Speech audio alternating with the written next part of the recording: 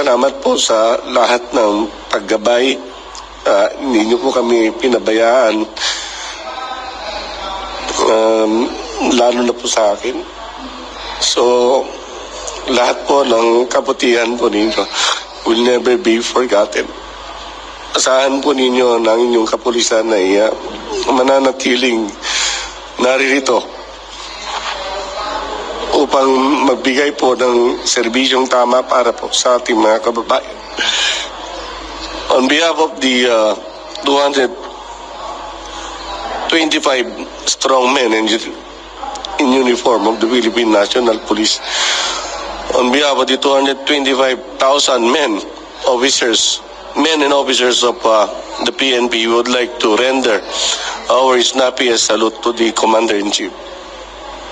Maraming salamat po, Tay, sa lahat po ng tulong ninyo sa PNP.